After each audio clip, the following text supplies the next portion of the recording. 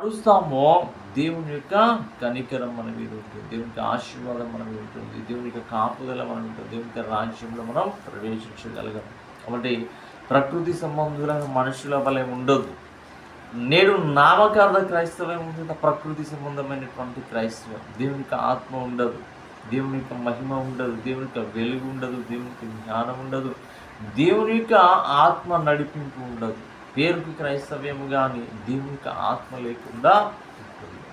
అలాంటప్పుడు వారి భక్తి అంతా కూడా వ్యర్థమవుతుంది. నామకార్థ క్రైస్తవ్యము వల్ల ఎలాంటి ఉపయోగం లేదు, దానివల్ల ఎలాంటి ఉపయోగం లేదు, నష్టము, వ్యర్థమైనటువంటి భక్తి. కాబట్టి ఆ విధంగా మనం వెళ్ళకుండా మనం విశ్వసిస్తున్నాం, దేవుని విశ్వసిస్తున్నాం కనుక ఆ విశ్వసించిన వారిని పట్టుకోవడానికి మనం గట్టిగా పట్టుకోగలం.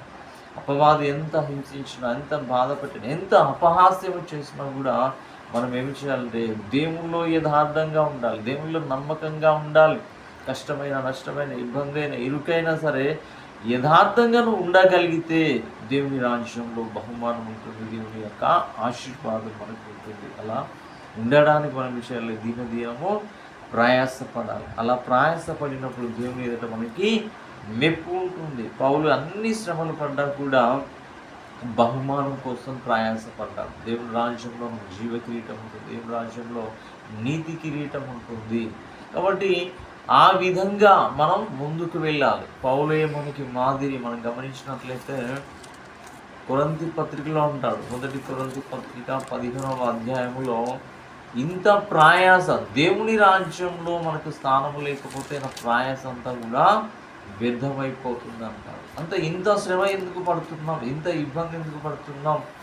లోకములో మనం కూడా సుఖము అనుభవించవచ్చు కదా, లోకంలో మనం కూడా విందులు వినోదాలు చేసుకోవచ్చు కదా, లోకంలో మనము కూడా లోకానుసారముగా భక్తి లేని వారుగా ఉండొచ్చు కదా. అలా ఉండకుండా మనల్ని మనము నష్టపరుచుకొని దేవుని యొక్క నామాన్ని ఘనపరచడానికి ఎందుకు ఇలాగా ప్రవర్తిస్తున్నామంటే దేవుని యొక్క రాజ్యంలో కలగబోయే ఒక బహుమానం కోసమే. అంతే. మనం గమనించినట్లయితే పౌలు అంటాడు, ఈ జీవిత కాలం మట్టికే మనం క్రీస్తునందు నిరీక్షించిన వారమైన ఎడల మనుషులందరికంటే దౌర్భాగ్యులమై ఉంది. చాలామంది ఈ లోకం వరకే చూస్తారు. ఈ లోకములో తర్వాత మనిషి చనిపోయిన తర్వాత ఆ పరలోక రాజ్యం ఉంటుందో లేదు, నరకం ఉంటుందో లేదు, అసలు భక్తి మనం చేస్తున్నాము కానీ ఉందో లేదే ఒక అపనమ్మకం ఉంది, ఒక అవిశ్వాసం ఉంది కదా. ఆ అవిశ్వాసం ఎప్పుడైతే నీకు ఉంటుందో